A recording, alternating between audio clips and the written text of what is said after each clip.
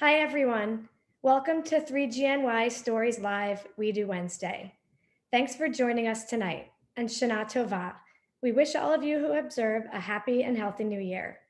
I'm Gail Steinweiss-Peck, 3GNY Vice President and grandchild of two Holocaust survivors. This is our 22nd WEDU Wednesday, our virtual series that brings our educational initiative, WEDU, from classrooms to your living rooms. For those joining us for the first time, 3GNY is an educational nonprofit for grandchildren of survivors and their supporters. As a living link, we preserve the legacies and lessons of the Holocaust. Our mission is to educate diverse communities about the perils of intolerance and to provide a supportive forum for the descendants of survivors. For tonight's event, we'll be featuring guest speaker Rebecca Weintraub, who will share the story of her maternal grandmother, Lori Simberg Weintraub. Since we began our virtual programming, we've been able to reach more than 16,000 viewers, and the generous donations we received during that time enabled us to run 11 more WEDU classes, training a total of 130 additional individuals. That's 130 more stories to be learned and told, 130 more survivors remembered, 130 more stories that won't be lost. Tonight's program showcases WEDU, which is short for We Educate. To talk more about this initiative and introduce our speaker, I'd now like to call on Allison Berg. Thanks, Gail. I'm Allison Berg, grandchild of two Holocaust survivors and a 3GNY board member.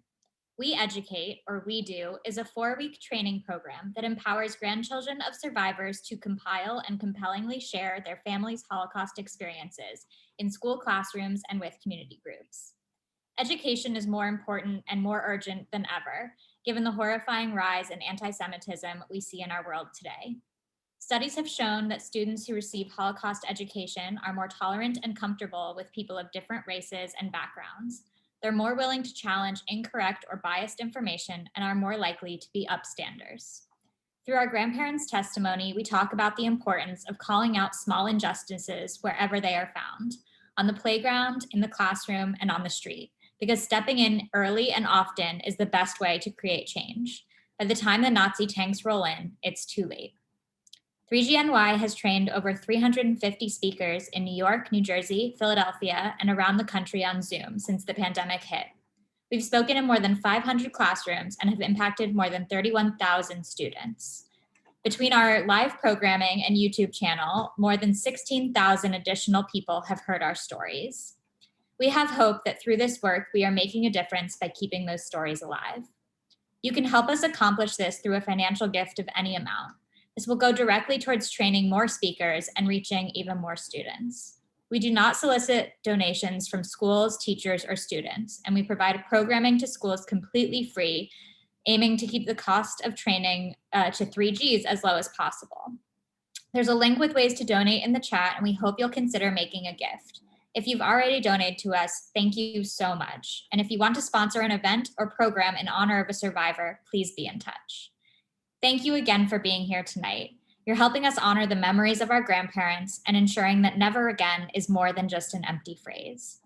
It is now my pleasure to introduce you to Rebecca Weintraub, who is the granddaughter of two Holocaust survivors, Ben and Lori Simberg Weintraub. Rebecca participated in the WEDU program in January 2019 in order to share her grandmother's story. She decided that if her grandmother wouldn't speak about her experiences in her own lifetime, and neither would her father, then she would. She couldn't let her grandmother's story fall through the cracks and be forgotten. Her story and all survivors' stories deserve to be heard, especially with the survivor population dwindling. Rebecca grew up in Kew Gardens Hills, New York, and currently lives in Manhattan. She received her BA in English Language and Literature at the University of Maryland College Park and her master's in Library and Information Studies from Queens College, the City University of New York. She currently works as a processing archivist at the American Jewish Joint Distribution Committee. I had the pleasure of completing my WEDU training with Rebecca, and I'm excited to hear her final story tonight. Rebecca, take it away. Thank you so much, Allison, for the wonderful introduction. It's truly an honor to be here tonight to speak about a woman who meant so much to me and to my family and whom we all miss very much. So hello, everyone. Again, my name is Rebecca Weintraub, and I'm the granddaughter of two Holocaust survivors. Both of my father's parents were survivors, but for the sake of our time together tonight, I would like to tell you about my grandma Lori. I didn't actually learn what happened to my grandma until after she died, and yet she was still the one to tell me her story. About 10 years after she passed away, I finally watched the Spielberg interview that she did in the 90s about her life before, during, and after the Holocaust. I would have watched it sooner, but for many years, my dad claimed that he couldn't find the tape. I should note that I'm almost positive that he knew exactly where it was the entire time, but that's a story for a different day. And so began my journey with her. Hold on. Share my screen now. Here we go. All right. Hold on a moment. Right. Here we go. My grandma was born, Lori Simberg, on August 25th, 1928, in the small town of Brüchen, which was located in East Prussia. For those of you who don't know, East Prussia was a region under German control at the time, though Brüchen, now called Vesnovo, is currently located in modern-day Russia. And if you've never heard of Brüchen, that's okay. Neither had I until I started doing research on my grandma's family. And I wanted to show you these two maps side by side to give you an idea of where my grandma grew up relative to the rest of Germany. So here on the left is East Prussia with Berlin and Greater Germany here a little bit further to the left with Berlin up to the north. And on the right, you have a map of East Prussia zoomed in approximately where Brüchen is because the town was so small, I couldn't find it on any maps. But you can notice that you'll note that it is right on the border or close to the border, I should say, to Lithuania. And Lithuania, you'll know, is not quite that close to Germany. But that being said, for all intents and purposes, my grandma did grow up German. My grandma had a normal, happy upbringing in Brüchen. Her mother, Rosa, the woman that I'm named after, was a nice, hardworking woman. Her father, Isidore, came from the big city Luck in East Prussia and worked in his wife's family business, a grocery store. Now, this is really exciting for me because these are recent finds, and I should say these were my mom's recent finds, so thank you, Mom. These are two images of the same building. The left is a postcard, the right is an image, again, of the same structure. On the left, the postcard says, and apologies for butchering the German because I'm still learning, Gruß aus Brüchen, Ostpreußen, which means greetings from Brüchen, East Prussia. And the caption on the top, underneath the photo says Inhaltsdirektor Colonial Warenhandlung, which means proprietress Cecilia Director, grocery store. So these are actually a photograph and a postcard that show my great-great-grandmother Cecilia Director's grocery store, which was then passed down to my great-grandparents to run. And not only was it their place of business, but it also was their home. They lived on the top floor of that building. And I thought that was really, I'd never seen anything like that. No part of this, not this part of my grandma's history. So this was a very exciting thing to find. My family had a really good life in Brüchen with many happy memories. My grandma remembered going to the big city for the holidays, visiting her grandparents and enjoying time together as a family. Her grandparents, her father's parents, who you'll see on the left, owned a department store up there, so she always had beautiful clothes and plenty of toys. Growing up in Brüchen, there was very little difference between the Jews and the non-Jews. From what I understand, they were either one of the very few or the only Jewish family in the town at this time. She and the non-Jewish children were the best of friends. They would play games together, they would play with dolls, they'd play outside, the same kinds of things that I did when I grew up, and perhaps you all did as well. But then Adolf Hitler came to power, and 5 years later came the tragic events of November 9th and 10th, 1938, better known as Kristallnacht. Kristallnacht was a pogrom, in other words, a violent riot, when Nazis in Germany burned down synagogues and vandalized Jewish homes, schools, and businesses. That night, my great-grandfather was arrested and sent to jail, just because he was Jewish. That same night, their house and grocery store were ransacked, and my grandma never thought that she would see her father again. After 2 weeks of being in jail, my great-grandfather was released because he had been awarded the Iron Cross during World War I. And for those of you who don't know, the Iron Cross was a medal given to German soldiers who had served during the war with valor. After Kristallnacht, my grandma returned to school, but when she got to her class, the teacher threw her out, saying she wasn't allowed to come back because she was a Jew. She said that she cried the entire way home, and my grandma was only 10 years old at the time.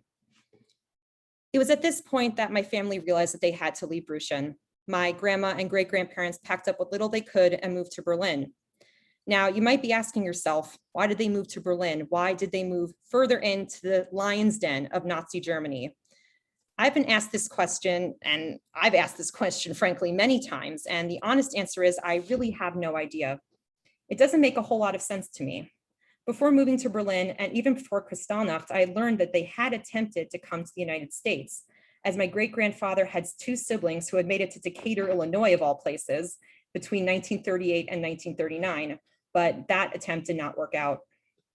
My great-grandparents did not know how bad it was going to be. Not many people knew how bad it was going to be.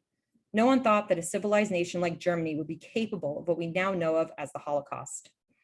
Perhaps my great-grandfather thought that he'd be safe because of his Iron Cross, as it had gotten him out of jail earlier. The short answer is, I just don't know. But think about it though. This was a time when people couldn't go places. What choices did they have? Ultimately, their choices were slim or none. So they chose slim. So to Berlin they went. In Berlin, they rented 2 rooms in a family's apartment on the Klosterstrasse, sharing the kitchen and the bathroom. My grandma attended school there, constantly afraid that the non-Jewish children would beat her up because of the yellow star that she had to wear in public by law, the symbol that she was a Jew and that she was different from everyone else. In order to attempt to keep herself safe, my grandma would use her school bag to hide the star as she walked through the streets. She also had to take on a lot of the household responsibilities while her parents were away working in a factory in Berlin, including doing the cooking. Food was already scarce because it was wartime, but Jews were only allowed to shop from 4 to 5 p.m. So what little food was already in stores was almost gone by the time my grandma got there. Not even a teenager yet, and she was forced to grow up very quickly.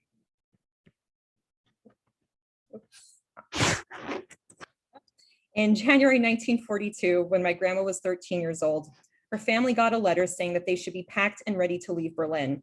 They were allowed to bring 2 suitcases each with them. Their meeting place was the Lovetzostrasse synagogue in Berlin, where they stayed until nightfall and were then marched to the train station, as the Germans did not want the non-Jews to witness what they were doing. And on January 19th, 1942, they were deported out of Berlin to a destination unknown to them. And you'll see on your left the deportation list from Berlin to Riga from January 19th, 1942. My grandma is the first entry on that page. Her parents and her aunt are on the previous page. 3 days later, on January 22nd, they arrived in Riga, Latvia. In order to make room for the deportations of German Jews arriving in Riga, the Nazis killed many native Latvian Jews. When she got to Riga, my grandma heard stories that Nazis were throwing babies out of the window as part of this plan. Just take a moment to take that in. Throwing babies out the window in order to make room for more people. Upon arrival, they were placed into rooms and apartments of the ghetto. The suitcases they so lovingly packed, never making their way back to them. They were in cramped quarters, had little to eat, and had no idea what was going to happen to them next. And only a few days later, on February 5th, my great-grandfather was taken away to Salaspils, a work camp close by, and my grandma never saw him again. Someone who had come back to the ghetto from Salaspils told her later that he was killed there in May of 1942. So this is the point of my grandma's story where when I heard it for the first time, it really threw me for a loop. See, when I was growing up, I always thought of my grandma as quiet and sweet and kind with a definite sense of what was right and what was wrong. And there's no doubt that she was absolutely every single one of those things. But usually when others would compare me to her, they weren't referring to any of these things. Usually they referred to the fact that, like my grandma, I'm always worried about something and fear tends to hold me back. And as much as it hurts me to say it, I'll admit that I was sometimes slightly offended to be compared to my grandma, like it was almost an insult.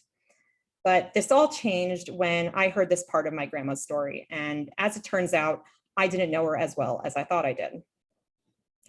As I mentioned earlier, life in the ghetto was terrible, and that was an understatement. There was little to no food to go around. If you were lucky, you had a scraps of food, maybe some potato skins to make a soup, if you could even call it that. If you were luckier, you would have a job that would give you a little extra food. My great-grandmother, for example, was taken to work in the ghetto hospital when she arrived in Riga, and that gave her a little extra food to bring back for her and her grandma, and my grandma, I should say. Still, as you can imagine, this wasn't enough to live on. And so my grandma and her friend decided to take matters into their own hands. If you'll remember, before I mentioned that when my grandma was deported, she and the other Jews in her transport were allowed to bring a couple of suitcases with them. What you'll also remember is that they never got these suitcases back. The Nazi officials kept them. They took all the valuables out, the clothes, the jewelry, etc., but they left the food because they didn't need it. They had access to all the food that they could possibly want, so they didn't need whatever the Jews brought with them. So when my grandma overheard from the Jewish ghetto police that a new transport of Jews was coming to the ghetto, she and her friends decided that they would steal the leftover food in their suitcases. When the coast was clear, and honestly, I can't imagine how my grandma even managed to do any of this, my grandma and her friends snuck into the commandant's office and took as much food as they can carry with them without being obvious. As much as they had hoped that they wouldn't be noticed, the commandant realized that the food had been stolen, and so he rounded everyone up on the main street expecting a confession. Somehow, and I truly don't know how, as I've heard stories of cruel reprisals and even death for those who were caught stealing food or committing other offenses, or even punishments for people who weren't involved at all, my grandma was never found out. Many times she herself witnessed people hanging in the streets of the ghetto because they stole food. She honestly had no idea how she was never caught. So when I look back on this particular piece of my grandma's story, I realized that she wasn't always afraid of everything. In fact, she was quite brave and very strong. You have to understand, she was 13 years old when she arrived at the ghetto, 13 years old when her father was murdered. She was looking out for herself and for her mother, her only goal being survival. She said herself that hunger will make you do things that you wouldn't normally do. It turns you into a completely different person. And honestly, at the end of the day, I couldn't be happier to be compared to her. And as I learned more about her, that feeling grew even more. But let me bring you back to where we were. The Germans destroyed the Riga ghetto in 1943, and my grandma, now 15 years old, and my great-grandmother were sent to the nearby concentration camp of Riga Kaiserwald. There she was used as slave labor with other female prisoners, including her mother, in a factory for the Allgemeine Elektrizitätsgesellschaft, or AEG, a German electrical equipment company, where she worked on cables, airplane parts, etc. She said she and the other women would purposely mess up the parts they made since she knew they were going to be used for German army planes. It's these acts of resistance, however small they were, that gave her some control in a world that was totally out of her control. After a little over a year in Riga Kaiserwald, my grandma and great-grandmother were taken with other Jews on a ship to Poland, where they were transferred to Stutthof, yet another concentration camp. The voyage, as you might imagine, was terrible. Not only did the Nazis move them on Yom Kippur, the Jewish high holy day of fasting, but when they did provide food, they provided pork and unkosher meat. This was just another small means of cruelty meant to break the Jews at every turn. When they arrived in Poland, they had to take a smaller boat to Stutthof.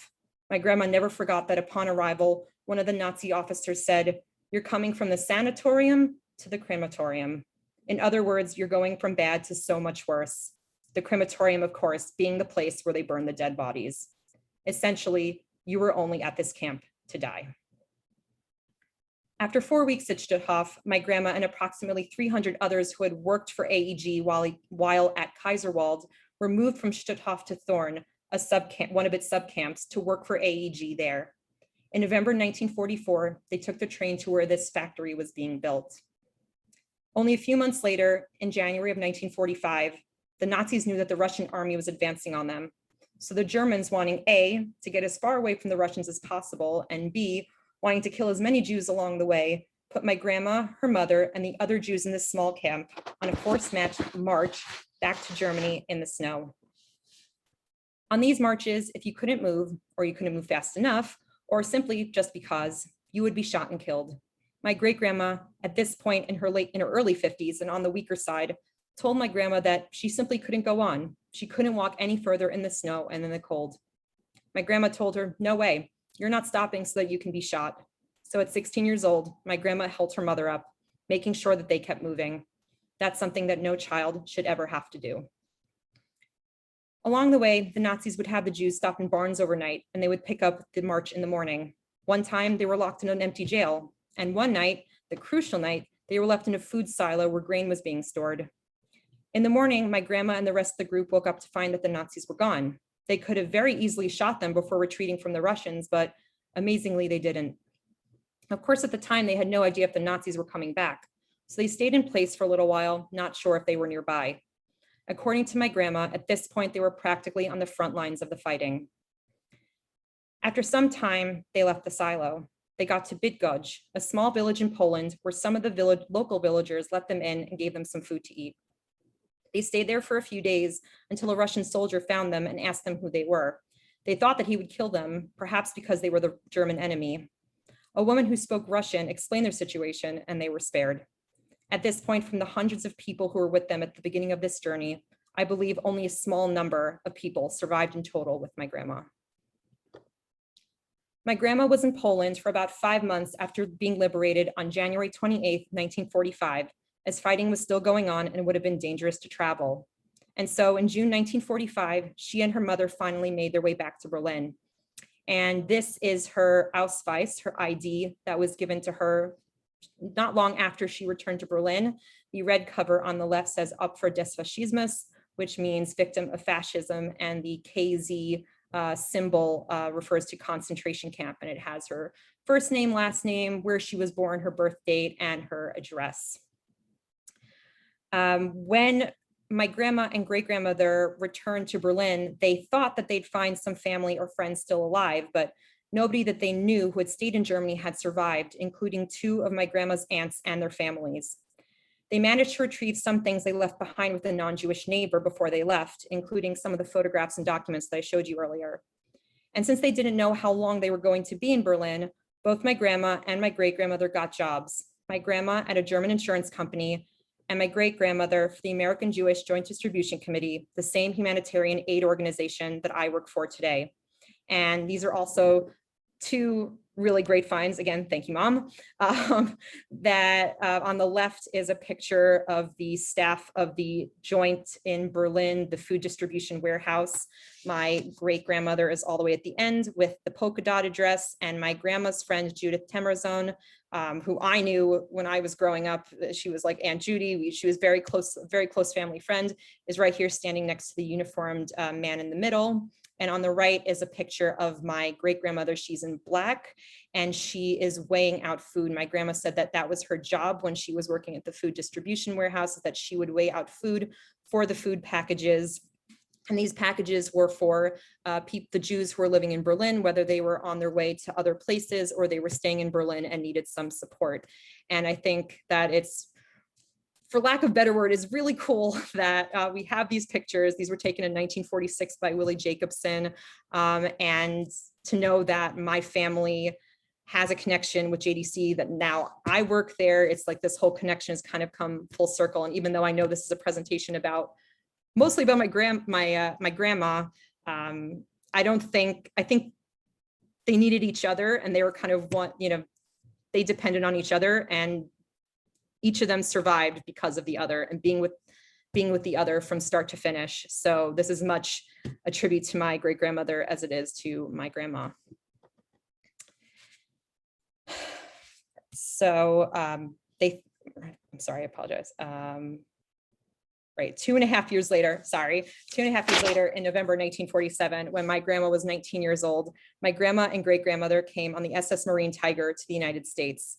My great-grandfather had a cousin in Philadelphia, so they decided to move there. And you'll see here is the manifest, the passenger list from the ship, the SS Marine Tiger from November 1947. The arrows pointing to Rosa and Lori over here. The sponsor, if you look all the way on the right, the sponsor is the joint. So not only did the joint give my great-grandmother a job after the war, but they also sponsored the 2 of them to come to the United States when the war was, once they decided they wanted to leave. And again, another great find, thank you, Mom, again, is a picture of my grandma on the SS Marine Tiger coming to the United States. And I think this is probably, to me, it's a very beautiful photo because it just encapsulates all the promise and all of the excitement of leaving Germany behind and starting a new life and, new prospects and just something entirely different than the last few years that she had gone through. In Philadelphia, my grandma worked in a wool factory, a shoe factory, and had an office job. But it was the shoe factory job that was the important job for her and ultimately for me as well. A coworker at the shoe factory said to her one day, I know this guy. He's from Tarnograd, my town in Poland, and he's really nice. The rest, they say, is history. My grandpa, Ben, used to go back and forth between New York and Philadelphia until they married there in 1954. After they got married, they moved to New York, where they opened L&B Merchandise, a clothing store on Orchard Street on the Lower East Side of Manhattan.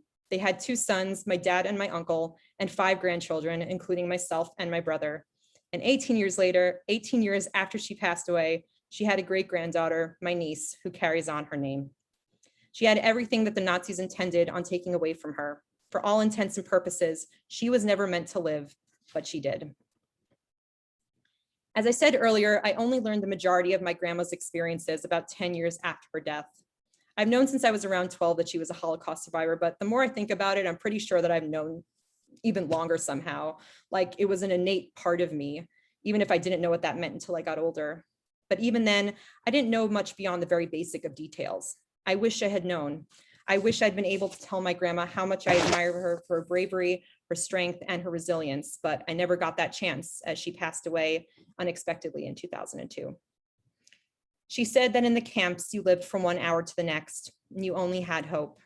If it wasn't for her hope, her strength, her bravery, and of course, I can't forget my grandpa Ben's, I can't forget her mother's, my great-grandmother Rosa. If it wasn't for the 3 of them, really, I mean, I wouldn't be here speaking with you today. But before I go, I wanted to take one more moment of your time.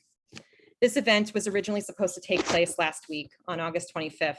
Now, if you've paid really close attention to my presentation and or my family, you should know that August 25th is my grandma's birthday. She would have been 93 years old. I can think of no better way to honor her than by keeping her story alive. My grandma wasn't vocal about her life before and during the war. In fact, the one time that my grandma spoke publicly about this part of her life was in her Spielberg interview. And the only reason she did this interview was because my grandpa made her do it, and then he refused to do one himself. And if you know anything about my grandpa Ben, that makes a lot of sense. But it was when I learned that my great-great-grandparents, my great-grandfather's parents, actually survived the war by getting out of Germany and into England in 1939, and that my grandma knew about this, but never told anybody else, not even my father, that I realized I had to keep this story going. If I hadn't managed to find this out, this one little piece of my family's history, it would have been forgotten. It would have been completely lost. And I refused to let the entirety of my grandma's story slip through the cracks and be forgotten. While my grandma was strong enough to survive, in fact, very strong and managed to survive, I think there was a part of her that thought that she wasn't strong enough to keep retelling it and reliving it time and time again. So that's why I joined WEDU. And that's why I go into classrooms and I tell my grandma's story to students. And that's why I'm here tonight. So thank you again from the bottom of my heart for giving me the opportunity to share my grandma with you tonight. It really means a lot to me. Thank you. Rebecca, thank you so much for gifting us with your grandmother's story.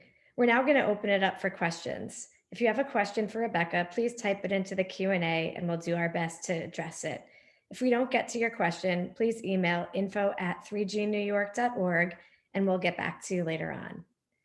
So the first question is, I know you shared this wonderful story about your grandmother. Can you touch on what happened with your grandfather, if you know? Well, that's a bit interesting because I don't actually know anything about what happened to my grandfather. The only thing I do know is that his town, Tarnograd in Poland, was liquidated in November of 1942, and that I'm guessing that the people who were the Jews who were in the town at that time, I believe there were around 3,000 Jews at the time.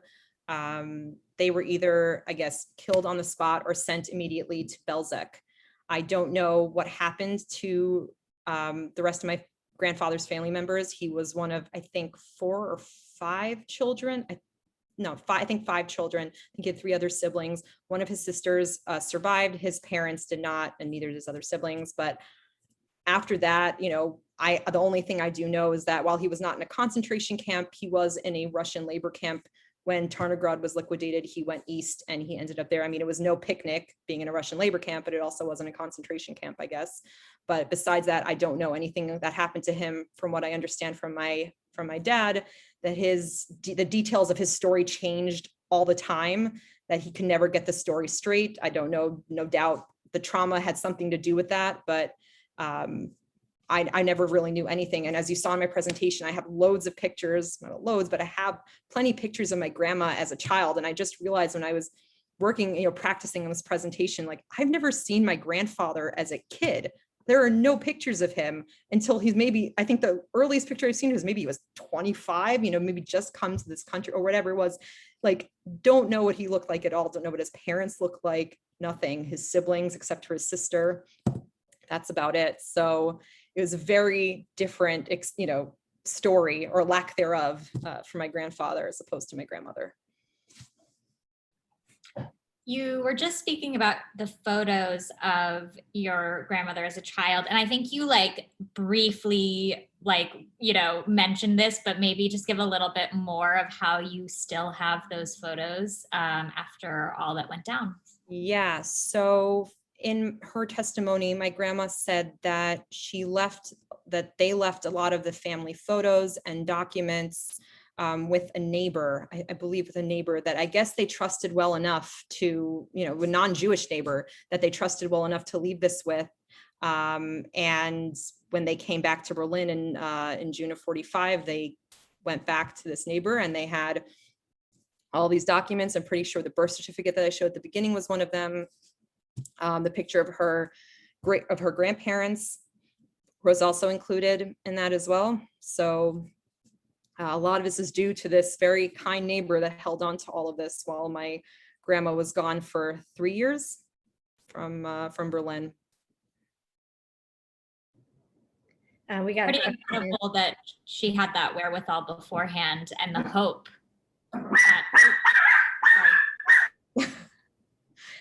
So our next question is, what difficulties did you have in composing the story? Well, I can kind of give a little, when I first heard it, I should say, as I said, I only watched it 10 years after she passed away because where was the tape? I don't know where the tape is, a lot of that back and forth until I decided, hey, I'm an adult, I'm in grad school. And I decided, I was in an archives class and I was writing a paper comparing the Holocaust oral history testimonies at USC, which is the Spielberg, the Visual History Foundation, as well as the oral histories, the Holocaust oral histories at Yale University in the Fortunoff Archive. And I thought, hey, what better primary source than to use my own grandmother's oral history. So I figured, I'm not waiting for my dad. I'm not waiting for the VHS. I'm going to go and order it myself. So I ordered the DVD and I remember sitting upstairs in my bedroom and I was working on this paper and I was watching. It's the first time I've ever watched it. I didn't really know much about what happened to her. And I remember sitting up there and I started sobbing in my bedroom because this was the first I'd ever heard any of this at all. And I'm pretty sure my mom heard me from downstairs and she's like, Rebecca, are you okay? And I was like, doing my homework. And I'm like sobbing, like I'm just like, it was very tough to learn all of this stuff when no one really communicated this to me at all. Like I said, my grandma didn't talk about it. My dad is not wanting to bring it up or, really talk about it much himself. So this was all work on my own. And I've also done a lot of personal genealogical work, which has fit into this as well. And it's really rough when you don't really have a lot of people to kind of tell you the story themselves. And it's very hard to compose it all on my own and to kind of bear the brunt of the story on my own. But in a way, because it's been almost 20 years since my grandma passed away, I feel like having done this and presenting to students gives me a way of being closer with her again. So I think that's really special. Absolutely. A couple people are wondering if your grandmother ever returned to her hometown and if there was ever any connection or contact with the part of the family that ended up in England. In England, so my grandma, from what I understand, never went back to Bruges in East Prussia. I mean, that, as I said, was Russia. She never returned there, but she did go back to Berlin. I believe she was invited by the city of Berlin with a delegation, a group of other survivors to go back invited by the city of Berlin to go around again. This was another one of those situations where my grandma had no interest in going whatsoever. She wanted to put that behind her. That wasn't her life anymore. She was in the States, and my grandpa's like, no, we're going to go. And that was that. So they went, and I actually found some of those pictures when they were in Germany. And I myself went to Germany for the first time in 2017 with a peer group called Germany Close Up, which I highly recommend to anybody who wants to do a trip like that. And it was interesting to kind of walk, even though I didn't know exactly where my grandma was, I now only learned that after the fact, to like walk through where she lived and to kind of experience things that 70 years ago, 80 years ago would not have been possible in Germany for her. So that was a really cool experience. As far as England, that was my great grandparents. Yes, my great great grandparents went to England in 1939, and my great great grandfather passed away in 1948. We had no idea that they went. We had no clue whatsoever until I was again doing genealogical research, and my dad had found this also, like, why are we finding the name Simberg? And these are our family's names in registers in England and alien detainees. What is this all about? And then I was like, you know what? I'm going to go back to Spielberg interview and watch the bit at the end where survivor shows, different documents or photos or artifacts that meant a lot to them. And, my grandmother just casually slips in like, oh yeah, this is a picture of my grandparents, my grandfather, Herman Simberg, right before they went to England in 1939. I was like, oh, how did I not pay attention to that before?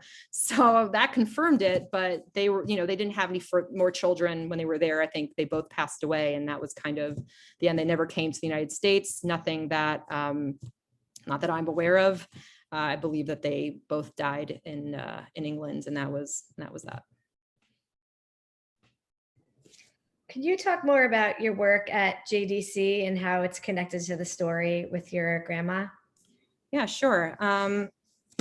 So I work as a processing archivist at JDC, and what was really cool is that I get to see, a lot of what we do, a lot of the work that JDC does, at least in the archives, is a lot of genealogical work, or we have a lot of genealogical resources. And I knew that there was a JDC connection in my family. I knew that my grandmother and my great grandmother had come to the United States with sponsorship from the Joint. I was aware of that, and I figured, I also knew that my great grandmother worked at JDC. I just didn't really know much beyond that.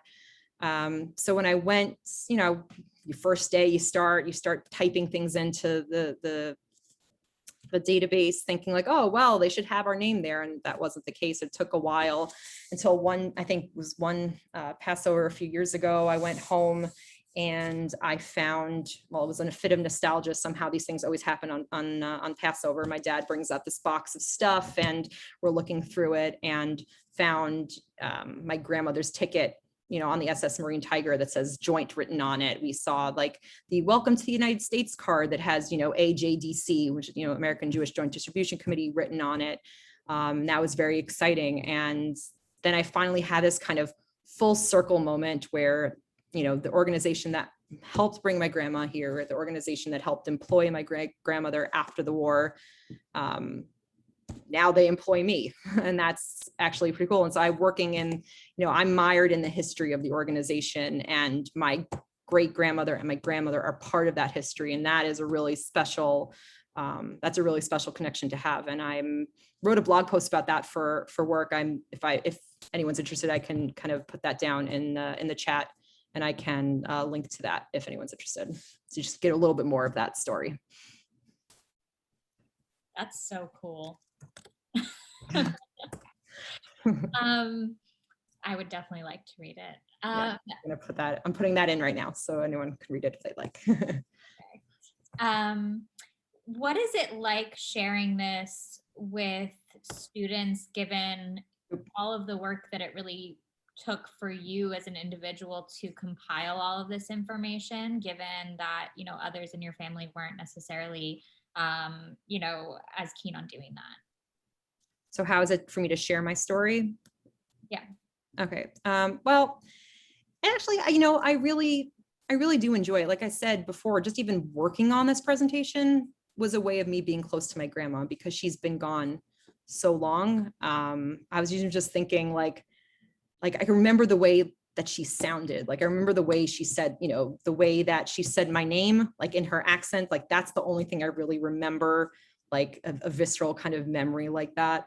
And so this way, you know, learning about her and it's like my time with grandma. I get to be like with her in some way because, you know, I haven't had that time in a long time. So I like being able to share that with students. And I think if I even just reach one student and it kind of resonates and the story resonates with them, then that to me is all that I really need. Because I don't, like I said, I don't want the story to be forgotten. If my grandmother had spoken up, you know, again, you know, these little bits and pieces would, if she had, they wouldn't have been lost. You know, some parts of my history were almost lost and I kind of figured that out and I kind of caught that up and that was great. But like being able to share it means that more people get to hear it and more people remember it because again, she didn't want to speak about it. So I'm going to do it. I decided that it wasn't just a want, it was a need. It was necessary. So I really like being able to share the story with people and with students. Again, one person, it resonates with one person, I've done my job. So this is from Richard Oppenheimer, who's watching. He said his mother was in Riga, pronouncing it wrong, Yeah. Thorn and the Death March. She too was in the prison in Torun, Poland for 2 nights before being liberated on January 25th, 1945. Do you know the exact dates that your grandmother left Thorn? I don't know the exact date that she left Thorn or Torun, but again, my grandmother was liberated the same day, January 25th, 28th, yeah, 1945. But I don't know the date that she was taken out of Thorn, but it was I think it was in January of that year.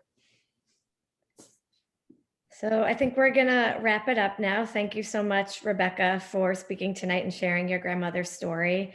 Thank you, Allison, for being part of our program and being such a valuable asset to 3GNY. Thanks everyone for joining us. We're so glad you took the time to hear Rebecca speak words that must never be forgotten. If you haven't yet made a gift to support our educational programs, we hope you'll consider making one.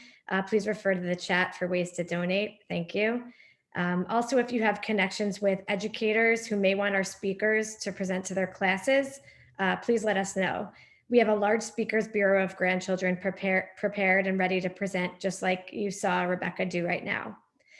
We'll send an email out tomorrow with information on our upcoming events, as well as a recording of tonight's program. You can check out our past WEDU Wednesdays and other programming on our YouTube channel. Thanks again for taking the time out of your evening to be with us. We are grateful as always for your presence and support, and Shana Tova. Thank you.